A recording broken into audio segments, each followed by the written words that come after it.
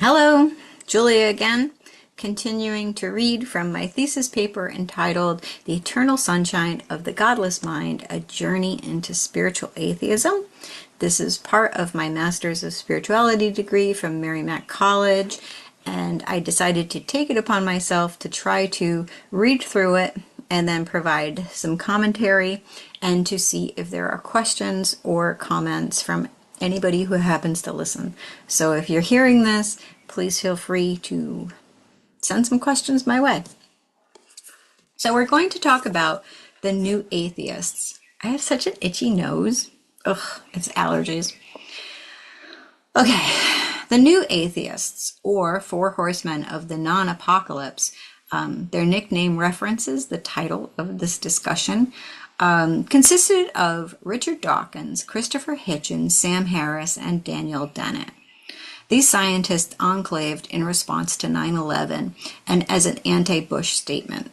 Their initial 2-hour unmediated conversation contained ideas focusing on the flaws of religion and why the concept of religion has always been a detriment to humanity. Thus, not just an atheistic lens, but also anti-theist. These men were highly educated and wrote multiple books on atheism. They were popular among the masses, and their ideas circulated through certain parts of society rapidly.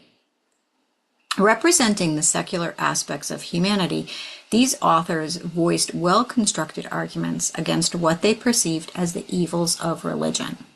Of course, this created a rift between believers and non-believers. Prior to research, I was informed that they were rude, insulting, and degrading. Upon research, I found none of this. This leads me to believe that the people taken aback by their forthright nature and lack of religious sanctity would have felt challenged by their conversations regardless, or that I'm not as sensitive as some learners. In Christopher Hitchens' God is Not Great, he begins with the simplest concept. Thus, the mildest criticism of religion is also the most radical and the most devastating one. Religion is man-made. Even the men who made it cannot agree on what their prophets or redeemers or gurus actually said or did. This is not false. He goes on to say that religion will never die simply because it answers so many questions that people have about their fears of humanity and nature. Religion comforts them. He says that he has no problem with people and their faith. I would not prohibit it even if I could, but he requests the same respect in return. Grant me the same indulgence and leave me alone. Hitchens states that religions are not content with their own beliefs, that they want power, and they refuse to stop interfering in other faiths to the point of not even making allowances for coexistence. Regarding 9/11, Hitchens had this to say. Within hours, the Reverends Pat Robertson and Jerry Falwell had announced that the immolation of their fellow creatures was a divine judgment on a secular society that tolerated homosexuality and abortion.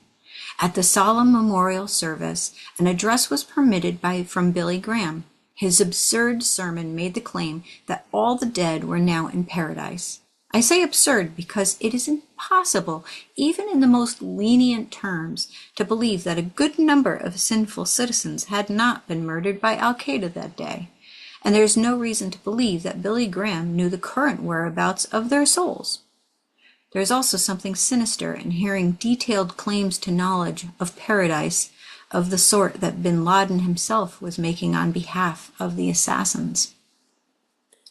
Shortly after, there were reports of Jewish and agnostic cadets in the U.S. Air Force being viciously bullied by a group of unpunished born-again cadets.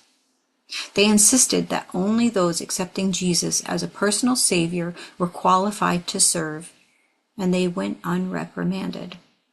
Hitchens points out that throughout history, religious intolerance has silenced many philosophers and thinkers, either by destroying them or their work. Could they have been the forefathers of atheism? Humanity will never know. In my opinion, the rise of the Four Horsemen was in direct correlation to the overstep of organized religions in general. They themselves didn't believe in God, but they didn't say you couldn't believe in God. They merely emphasized that religion seeks to control people and pointed out various discrepancies of faith. They noted the special treatment enjoyed and exploited by religions, and they proceeded to unveil faith through ethical, epistemic, and political discourse. So in the conclusion of the convergence of spiritualities, if rational atheism dismantled institutional claims and mystical traditions articulated interior depth, then spiritual atheism asserts that depth can persist without metaphysical commitment. Bridging the chasm between the worlds of non-belief and belief, finding the wonder and awe of all humanity is capable of, while not engaging in the supernatural or becoming cynical, is the purpose of spiritual atheism. So to go back for that whole section, okay, we started with the Death of God movement. Again, I feel like they actually were not super far off. Okay, they just were saying God was not serving the same purpose that he was originally created for, right? Okay, and it's unfortunate they chose the verbiage of the death of God, because I actually feel like that was the biggest issue. If they had called it something else, if they had called it let's go back to Jesus or something like that, they might have had more luck convincing the general public of their thoughts and views on this. At the same time, you had Krishnamurti going on. Again, I love Krishnamurti and highly recommend finding any of his books and taking a read. I personally think he was way ahead of his time and just truly, truly beautiful thoughts. Probably one of my favorites. Getting into the modern mystics, you have Heschel, who also writes beautifully. His thoughts are amazing.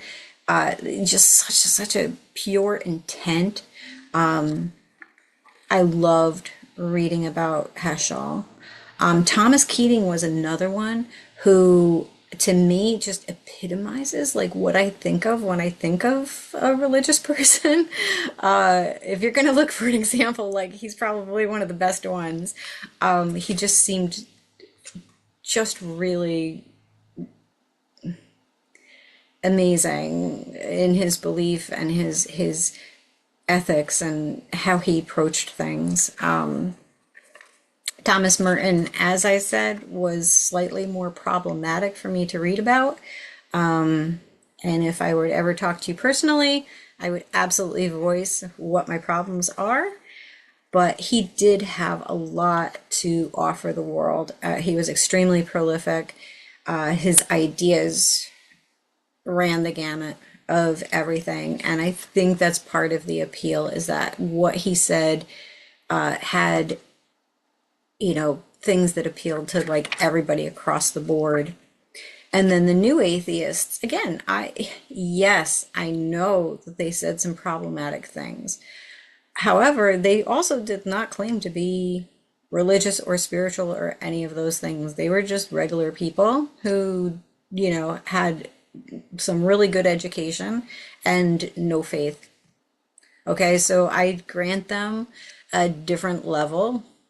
Okay, as far as I saw, the interviews I watched, they were incredibly well spoken and really got their point across. Were they a little insulting? I mean, yeah, but that was also kind of the point for them. Again, we get into like real world atheists later. But yeah, leave your comments. I'm always interested. And that's it. Catch you in the next section.